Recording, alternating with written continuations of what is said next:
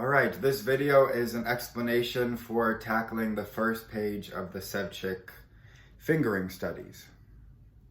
So if we look at this, the directions, die Finger festlegen zu lassen at the bottom in German means simply keep the fingers down. Okay, so in general, I always advise everyone to ease tension and keep the fingers light. But while we're specifically training muscle memory in the left hand, we want to actually press the fingers down firmly. Okay, when you do that, make sure you're not squeezing your left thumb. You're only putting weight vertically down onto the fingerboard. Okay, so a little bit of pressure. And again, don't strain or strangle the neck of the violin. Okay, we just want to press down firmly. And make sure that you have a good setup, okay? So we want to have the stand in front of us pretty close, and make sure you adjust your stand accordingly to your height, okay?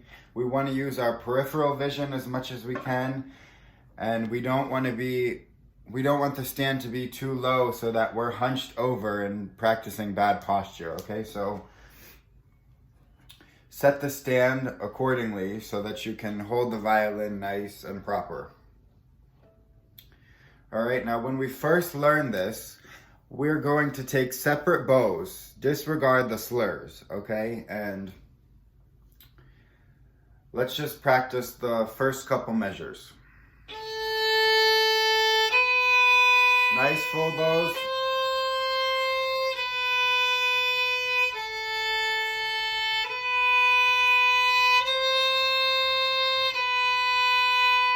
Now, if we study the written signals, keep the fingers down firmly. In the first measure, on the second note, once we'll play that first finger, you'll see a 1 and then a line.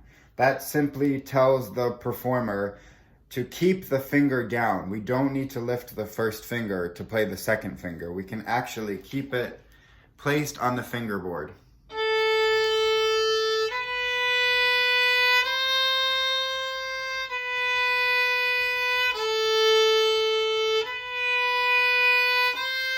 We don't need to lift the finger. Keep it placed down, okay? This will help us keep a good finger position and a finger pattern, okay? Just like when we practiced placing the fingers down. This is actually practicing a measurement. So if we lift the finger and we don't have that first finger down on the first finger tape, second finger won't know where to fall correctly, okay? So this is improving our intonation. So I've went ahead and marked some other fingerings on the second line on when to keep the finger down. But in general, just to give you a sense, I'm going to practice this couple lines. Actually, I'll do the whole etude, but I'll start first with separate bows, okay? So when we adjust our stand to make sure we have good posture, we can also use our peripheral vision to kind of read the notes if we're in a good position to see the music.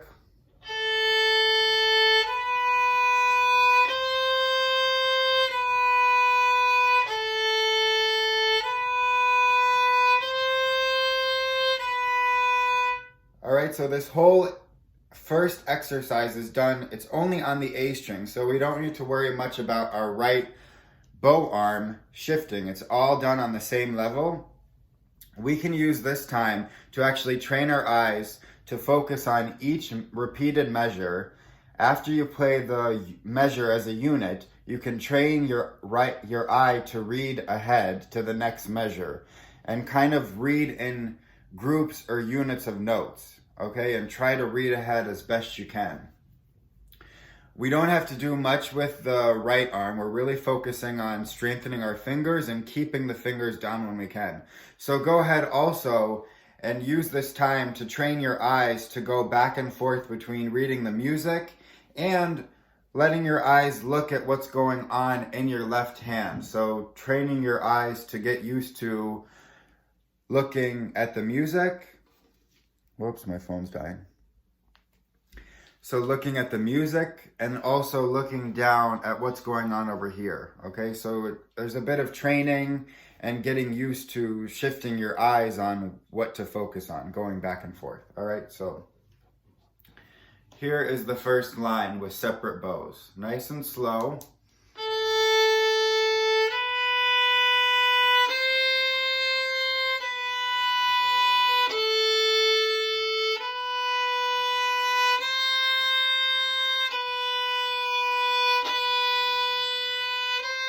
First finger, now second finger stays down. Repeat that.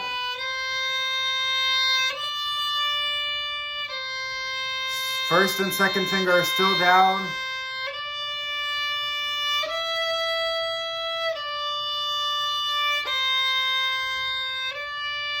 Third finger can even stay down when you play 4. Next measure, open.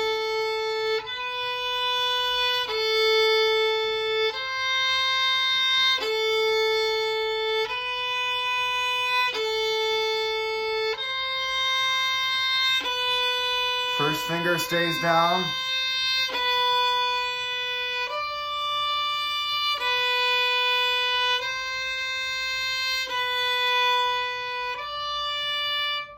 So on and so forth. So you're really focusing on placing the fingers and keeping them pressed into the fingerboard whenever you can, okay? 'Cause this is how we form measurement, which essentially creates good intonation.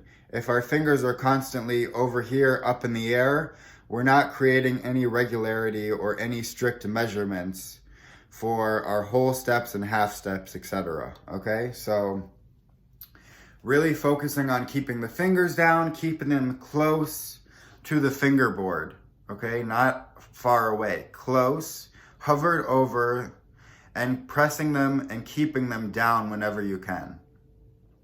And again, as instructed, keep the fingers down firmly. We usually don't want to overexert ourselves or press in, but in this instance, while we're strengthening our fingers and the muscles in each finger, 1, 2, 3, 4, we're going to try to put a little bit of pressure to strengthen those muscles, okay? Just make sure that when you start pressing down vertically with your fingers, that your left thumb doesn't clench and become strangled or clamped down. Keep the left thumb nice and light, all right?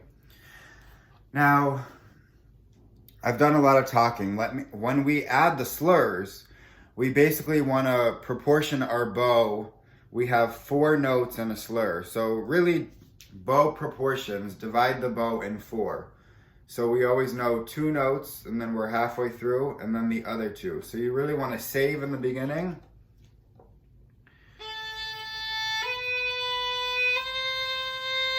Again, go at your own pace, whatever's comfortable.